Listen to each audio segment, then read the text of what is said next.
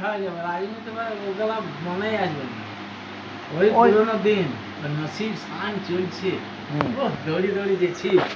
তুমি যেতে দেখতে না? হ্যাঁ আমি জঙ্গু বাপি দেশ প্রেমী লেগেছে তাই নাকি?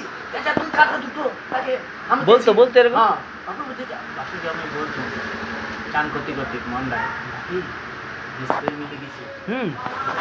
সেই সপ্তাহে আর বলছে তো ভিড় করলে প্রচুর, তুই একটার মধ্যে চলছে খেয়ে দে লাইনটা দিঘা।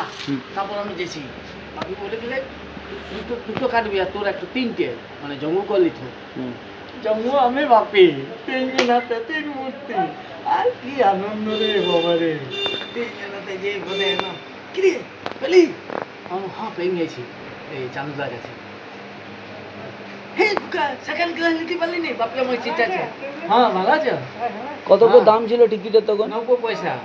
90 পয়সা টিকিটের দাম? আর ক্লাস আর সেকেন্ড ক্লাস নিতে বলেছিল বাপি 1 টাকা 95। আমার শালা আমার কাছে এত পয়সাই নাই কই দিস তুই 2 টাকা দিনছিস মানে ওই যে তুই সেকেন্ড ক্লাসের দাম নিয়েছি তো 2 টাকা দিনছে 4 টাকা আমার 2 টাকা ওর 2 টাকা। আমার তুই 3 টাকা তো আমার তুই আমার নিয়ে দিনছিস সব সময় ধান্দা নাকি? টিকিটটা দিন দে ব্ল্যাক করে দিচ্ছি ওই টিকিটটা ব্ল্যাক করে দিলেন 1.5 টাকা করে 90 পয়সা টিকিটটা 90 টিকিটটা বেড়ে গেল।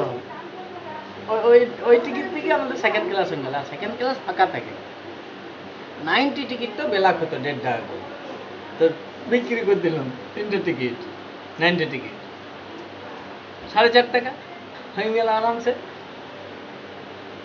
পয়সার দাম ছিল। হ্যাঁ নিয়ে পরে ওইখানে 6 টাকা ঢুকলাম নিয়ে 15 পয়সা লজেস দিন দিলে 5 পয়সা করে লজেস গেল।